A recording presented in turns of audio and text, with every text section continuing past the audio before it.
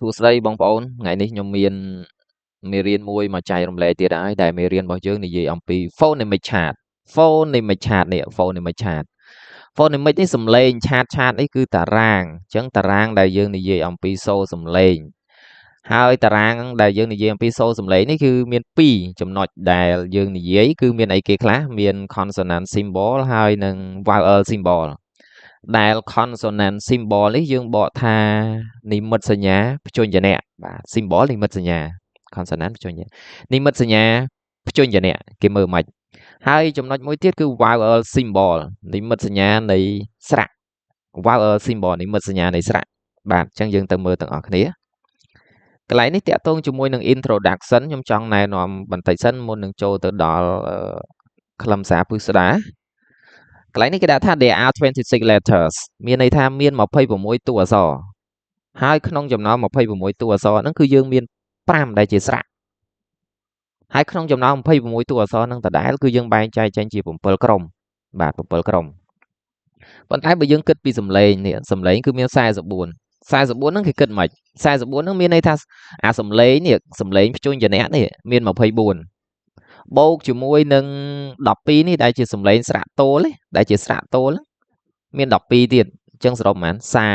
36បាទហើយបូកជាមួយនឹងស្រៈផ្សំ8ទៀតអញ្ចឹងទាំងអស់44បាទសរុប44គ្រប់ហើយអញ្ចឹងយើងទៅមើលទាំងអស់គ្នាតាក់ទងមួយព្យញ្ជនៈ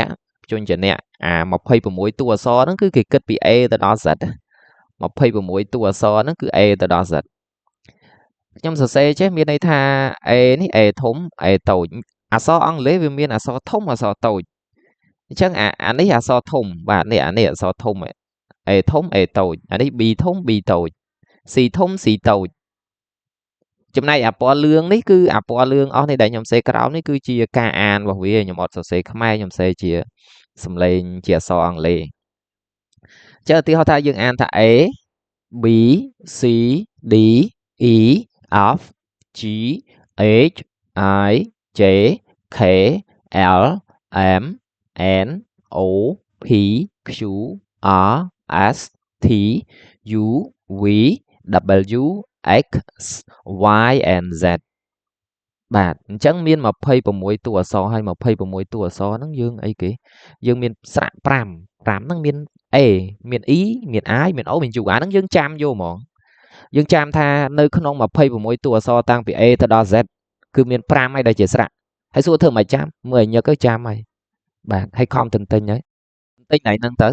ហើយវាងាយចាំដែរតាម26តួអក្សរហើយដកតាស្រៈនឹង5ចេញទៅគឺ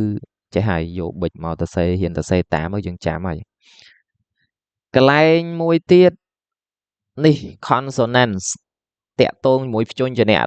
ដែលយើងបែងចែកចេញជា7ក្រុម7ក្រុមហ្នឹងគឺគេសំដៅទៅលើសំឡេងឧទាហរណ៍ថាអានេះសំឡេង A យើងអាន A អានេះ E អានេះ A អានេះ I O U R ឧទាហរណ៍ A អីគេដែលមាន A ខ្លះសំឡេង A H J K ឃើញទេ A ទាំងអស់ឮសំឡេង A ទាំងអស់ទៀត A ចឹង A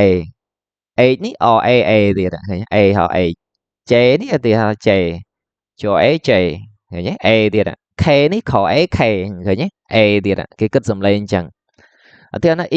E មានអក្សរ B អញ្ចឹងប E B ឃើញទេ B សំឡេង E B C D E G P T V អានេះសំឡេង A បាទសំឡេង A ឧទាហរណ៍ថាដូចជាពាក្យអក្សរ F អញ្ចឹង O A A A ហៅ F ឃើញទេ F A F ហើយត L L M N S X ហើយនឹង Z បាទមួយទៀត I មាន I មាន Y អានេះ O ស្រៈ O Q U W សំឡេងវាគឺ U ចំណែកអានេះ R អញ្ចឹងសរុបមកគឺយើងមានសំឡេង7អញ្ចឹងភាសាអង់គ្លេសព្យញ្ជនៈភាសាអង់គ្លេសគឺមាន7ក្រុមដែរក្រុម A E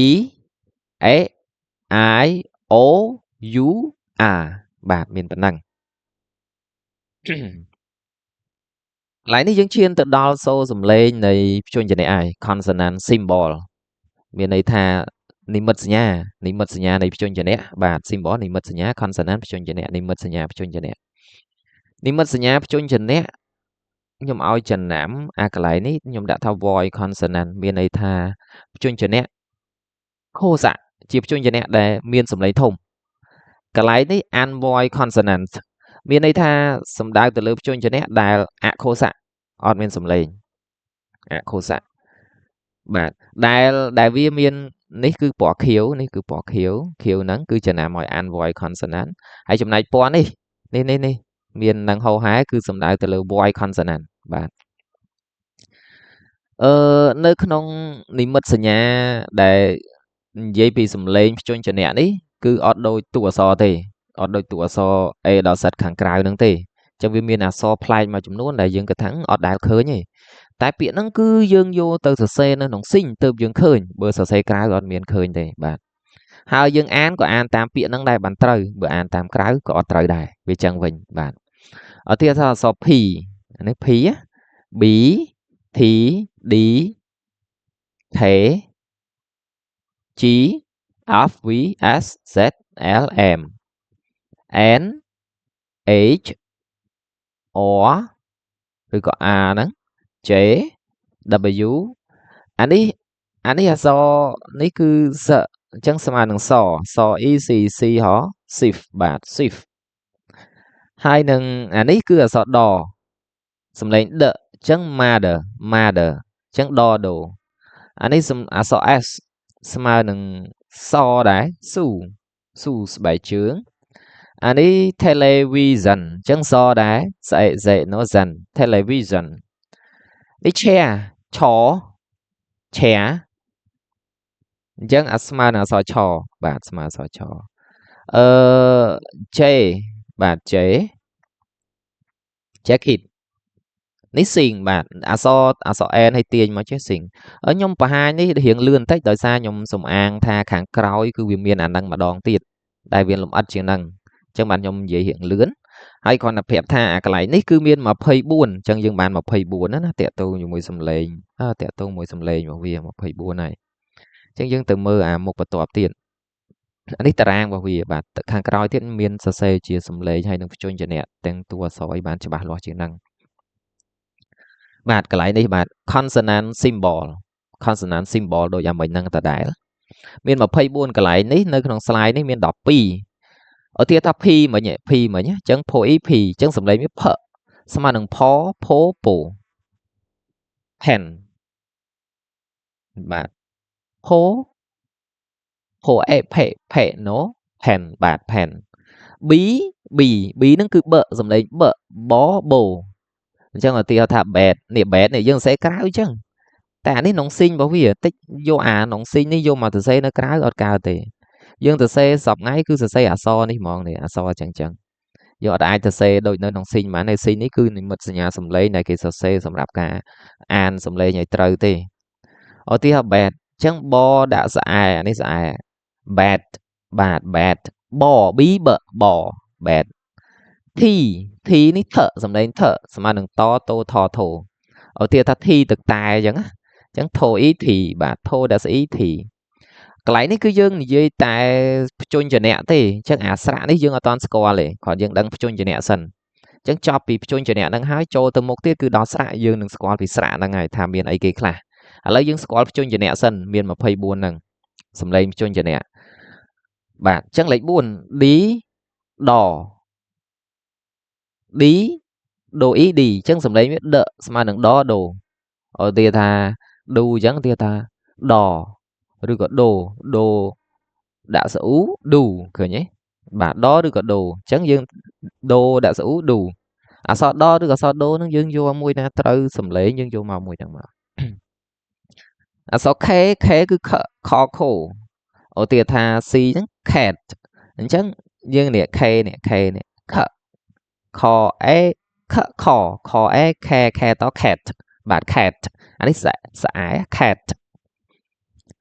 បាទអញ្ចឹងលេខ6អក្សរ G chi nó cứ sầm lấy gỡ nó ho chừng cổ ở tia tha nên nó địa ho chừng cố go that's all go đẹp cái anh là go anh số chân dương sẵn năng dương toàn squat lên squat chung giờ nè sân squat sầm lấy như sân thôi ở tia tha f f ní cứ phở ní cứ ho chừng vô ở tia tha ho chừng vô đã rõ for nè nhé ví ní cứ vợ vợ smile đồng vô được có vò ở tia tha very bạn very chẳng vô đã sẽ về very s ní cứ sợ nó smile đồng so được có so nó cứ ở tia tha anh ấy chừng ăn tha san này ơi bây giờ ăn cái tôi chỉ ấy cái sâu này ta xin với ở để xã nè so đã xã nấu sàn anh ấy xã dưỡng squat trâm chung giờ nè sân xã hàng cõi đó và xã hàng cõi bị trẻ tiền z dưỡng dỡ dưỡng ho chừng so giò đã dù nghĩa dù dưỡng ăn thứ mấy ở miền sầm lấy ho hóng sầm lấy so hòn chưa dù ho chừng so giò bạn mỗi tiết số L có thể là L lợ chấm lố rồi còn lò sầm đấy lợ giống như này giờ anh là lợ giống lợ ý lị vố liều mà lợ ý lị vố liều số em một tiêu thà mài giống rồi bọc nhóm á chân em nó biên sầm đấy mô rồi còn mò rồi ra mô đã giải mài rồi nhé mô đã giải mài kia bà con lục biệp nắng á chẳng những cho tôi mùi tiết toàn tên đi mà phây buôn mà đi so nhẹ nhảy của em cầu ám chùm lại về của bà mơm đang thả đang so chạy cái nó ti tiên mà đỏ lại bạt bóng bóng lấy đọc bay ở so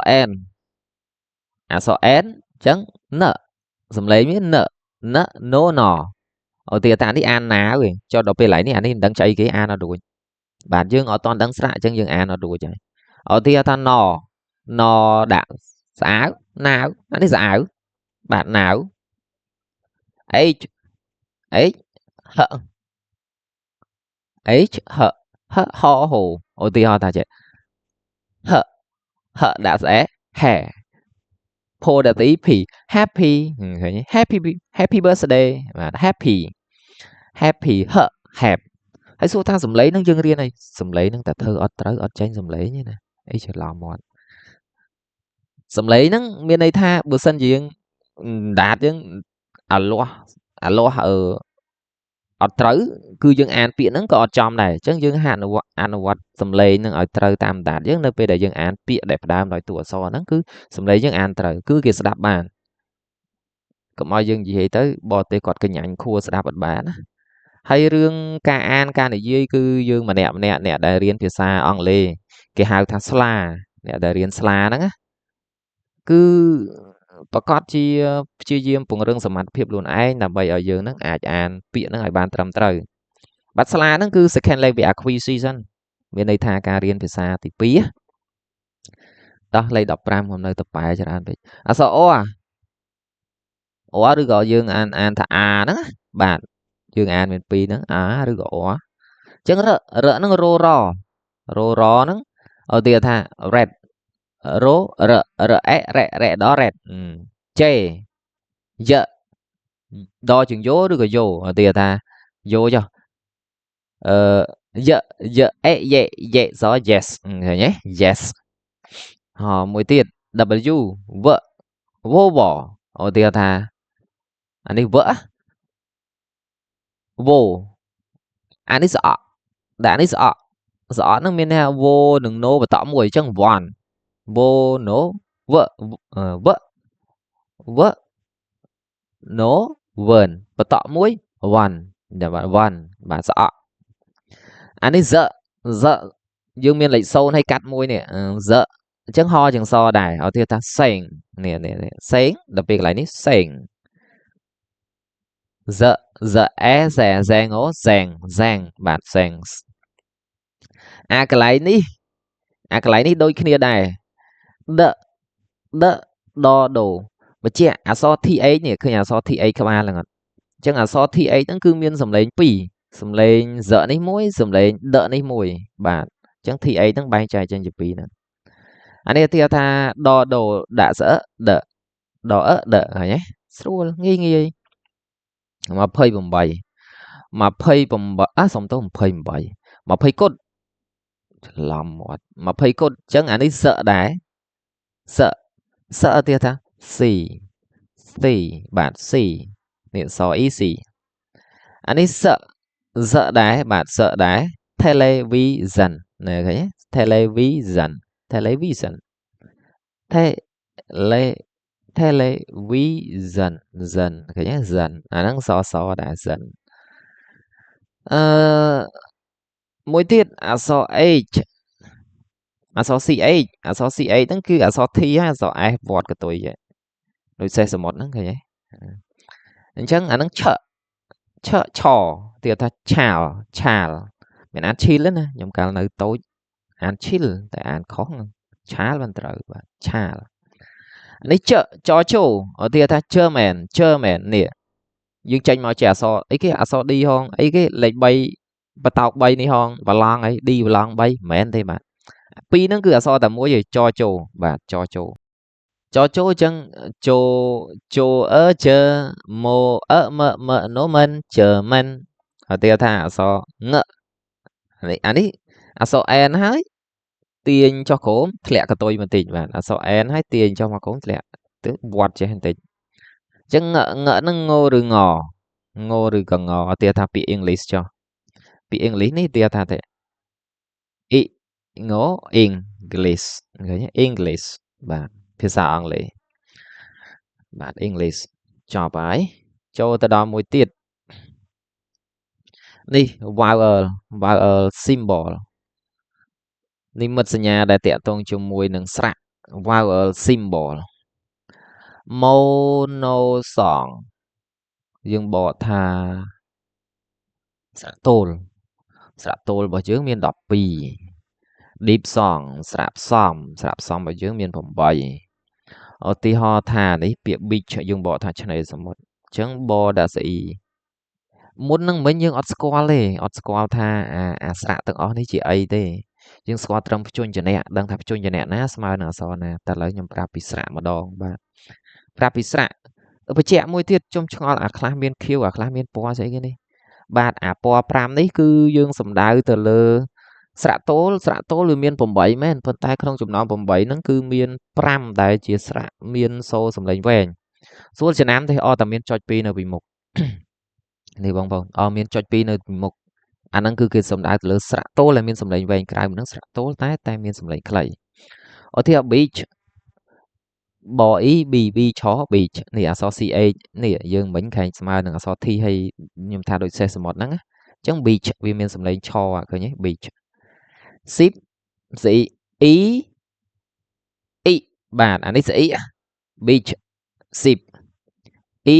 អានេះ a បាទ a e អេអាមានខាឡានអនេះ hot ត hot នេះក្តៅអានេះស្រៈអដបាទស្អអ៊ូអាបាទ e a a អអ៊ូអាមាន12ហ្នឹងចំណែកអាកន្លែងនេះមួយទៀតគឺស្រៈទោលយើងមានអីគេត្រាងនេះមាន a o ខ្ញុំដាក់នេះស្មើពីមុននេះពីមុនគឺយើងប្រើ ou នេះតែដល់ពេលមកឥឡូវគេមានប្រើអានេះអក្សរ e ក្លាប់កាប់ផ្ងាហ្នឹងមួយអានេះវិញតែតែមួយទេសអូដូចគ្នាហ្នឹង a o i អាវអយអ៊ីអែអ៊ូបាទមានប៉ុណ្ណឹងពីមុននេះកាលខ្ញុំរៀនពីមុនខ្ញុំស្គាល់តែនេះទេកាលនៅតូចនៅជាក្មេងតូចខ្ញុំរៀនខ្ញុំស្គាល់តែនេះទេដល់ពេលខ្ញុំក្មេងធំហើយខ្ញុំស្គាល់នេះវិញស្គាល់ហ្នឹងហើយខ្ញុំស្គាល់នេះចឹងសរុបមកស្គាល់ទាំងពីរបាទនេះជាតារាងដែលតាក់ទងជាមួយនឹងស្រៈរបស់យើងមាន8ដែលជាស្រៈផ្សំហើយ12របស់យើងគឺស្រៈទោលបាទកន្លែងនេះ គឺជាកន្លែងលំអិតតាក់ទងមួយភ្ជញ្ញជាមួយស្រៈមួយដែលមិញតារាងហ្នឹងខ្ញុំនិយាយរៀងលឿនតិចដោយសារតែខ្ញុំអាងលំអិតនៅខាងក្រោយនេះអញ្ចឹងទៀតថាលេខ1ឧទាហរណ៍មានពិតបាទលេខ1 E នេះសរសេរ O ដាក់ស្អី C ស E C C ឃើញទេ C មើលឃើញសួរសុកទុកហ្នឹងអត់ទៀតថាអានេះ A E សំទោស E E E អានេះស E បុកជើងនេះស E ហហ E his របស់គាត់អានេះអក្សរ Z មិញយើងភ្ជញ្ជនៈយើងរៀនហើយអញ្ចឹងឥឡូវយើងចូលមកដល់ស្រៈហើយលេខ3 A ទៀតថា A អានេះ T នេះថអេថេ no 10ឃើញទេស្រួលងាយស្រៈអែទៀត back ចុះនេះបដាក់ស្អែបែ back ឃើញទេ back ស្អែអានេះស្រៈអាទៀតថា father នេះខ្វាហជើងវោដាក់ស្អា fa អានេះដដូ father បាទអនេះសអមានន័យថាកហើយនឹងបតៈសអបាទសអឧទាហរណ៍ថាhot បាទ hot ហ្នឹងក្តៅស្រៈទៀតអានេះស្រៈសអហ្នឹងគឺ morning បាទ morning ស្រៈmorning morning ឧនេះសឧស្មើគ្នាបាទស្មើគ្នាឧអញ្ចឹង football បាទស្រៈអ៊ូមាន u នេះយោចេអសយោអ៊ូ u នេះហ្នឹងអានេះស្រៈហ្នឹងមានន័យថានេះស្រៈសដាក់សាក់នោះសានមានន័យសស្អានឹងណូបតហ្នឹងសានហើយអានេះស្រៈបាទស្រៈហ្នឹងគឺស្រៈលោដាក់ស្អើលើណូលើនេះស្រៈទៀតថា letter អានេះធោដាក់ស្អើ letter ដល់ពេលយើងភ្ជាប់មួយបានចេញអញ្ចឹង letter ក៏អត់ទេគឺ letter បាទមាន12នេះគឺជាស្រៈតូលបាទស្រៈតូលនេះចូលទៅដល់ deep song បាទ deep song ស្រៈផ្សំរបស់យើងមាន A ស្រៈ A ឃើញស្រៈផ្សំហ្នឹងមានន័យថាស្រៈហ្នឹងដែលមាន2តួស្រៈហ្នឹងមាន2តួឃើញទេ2តួឃើញអាហ្នឹងគេហៅស្រៈផ្សំហើយឧទាហរណ៍ថា name no ដាក់ស្អេនេះ name បាទ name ឈ្មោះអូនេះទៀតថា no ដាក់ស្អូ no នេះ no យើង no ដាក់ស្អូ no អាហ្នឹងពីរហ្នឹងមួយណាក៏បានណាស្អូ no ទេហ្នឹង my នេះរបស់ខ្ញុំអញ្ចឹង mo ដាក់ស្អាយ my នេះស្អាយយើងហៅដូចម្ដេចបាទហៅ5នេះគឺអយ boy នេះ boy ក្មេងប្រុសហ្នឹងអានេះhere ស្រៈ ear ហដាក់ស្អី here អានេះស្រៈ air នេះគឺ where អញ្ចឹង wo បាទ w នោះយើងអក្សរ wo នោះអញ្ចឹង wo ដាក់ស្អី where ឯណា hair នេះលឺ where នេះឯណាអ៊ូស្រៈអ៊ូអញ្ចឹងធោដាក់ស្អ៊ូធួឃើញទេធីថថតោថតោតអញ្ចឹងថអ៊ូធួនេះដំណើរកំសាន្តបាទអញ្ចឹងយើងចូលទៅមួយទៀតបាទអរគុណនេះចូលមកកន្លែងអរគុណបាទ Thank for watching អរគុណសម្រាប់ការទស្សនា God bless you សូមឲ្យព្រះជាម្ចាស់ប្រទានពរដល់អ្នកទាំងអស់គ្នាបាទគួររំលឹកផងដែរថាភ្ជញ្ជនៈនៅពេលដែលយើងមើលសារចុះសារឡើងនេះមើលសារចុះសារឡើងតាក់ទងជាមួយចំណុចអស់ហ្នឹងយើងនឹងអាចយល់វាច្បាស់ហើយមើលឲ្យច្រើនដងតិចទៅហើយរៀនសរសេរតាមទៅយើងស្គាល់ហើយមិនបាច់ទៅរៀនអីណាញ៉ៃច្រើនទៀតទេយើងស្គាល់តែស្រៈស្គាល់តែពីភ្ជញ្ជនៈយើងនឹងដឹងថាពាក្យមួយវាមានអត្ថន័យមានប្រភពនឹងការប្រកបនឹងវាមិនខ្ចីបាទ ចឹងមេរៀនរបស់យើងគឺចប់តែប៉ុណ្ណេះសូមអរគុណបាទ